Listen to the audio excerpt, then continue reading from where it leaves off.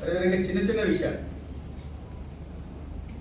సైనేజ్లు లేకపోవడం, లేదా శానిటేషన్ పూర్తిగా సరిగా లేకపోవడం, చాలా చోట్ల బాత్రూములు లేకపోవడం, బాత్రూంలో తలుపులు లేకపోవడం, ఇలాంటి చాలా చిన్న చిన్న విషయాలు కూడా ఈ సందర్భంగా దృష్టికి వచ్చింది.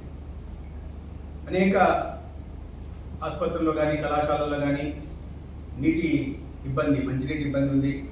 దానికి విజయవాడ, కాకినాడ ముఖ్యమంత్రి గారి గతంలో మాజీ ముఖ్యమంత్రి గారి సొంత జిల్లా కడపలో కూడా మంచినీటి సరఫరా 2 రోజులకు ఒకసారి జరుగుతూ ఉందని, ఫ్లోరైడ్ కంటెంట్ ఉందని, ఆసుపత్రుల్లో ఉంటున్న బోర్లు పనిచేయట్లేదని, వాటి నిర్వహణ లేదనే విషయాలు కూడా బయటికి రావడం జరిగింది.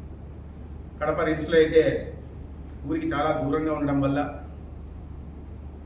వెళ్తున్న ప్రజలు, రోగగ్రస్తులు ఎవరైతే ఉన్నారో వాళ్ళకి ఆటోలు వెళ్ళడానికి 300 రూపాయలు 400 రూపాయలు ఖర్చు అవుతుంది. అంటే పేదల మీద పెను భారం పడుతుంది.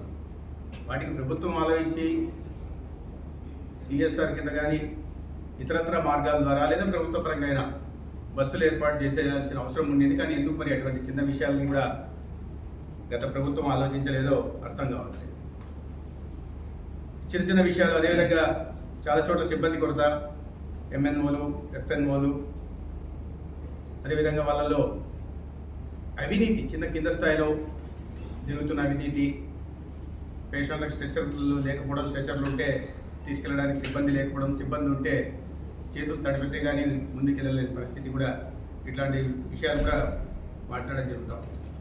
అదేవిధంగా వెంటిలేటర్స్, కాకినాడ లాంటి చోట వెంటిలేటర్స్ కొడతాం. అంటే ఒక పేషెంట్ ఏదైతే కానీ రెండో పేషెంట్ తీసుకురాలేని పరిస్థితి అక్కడ ఉందంటే ఎందుకు దాని మీద దృష్టి పెట్టలేదనే విషయాన్ని కూడా ఆలోచిస్తున్నాం. ఇప్పుడు ఆలోచన విమర్శల్లో పోవట్లేదు, కానీ ఏ రకంగా వీటిని మెరుగుపరచే పరిస్థితుల్ని గత గుణపాఠాల నుంచి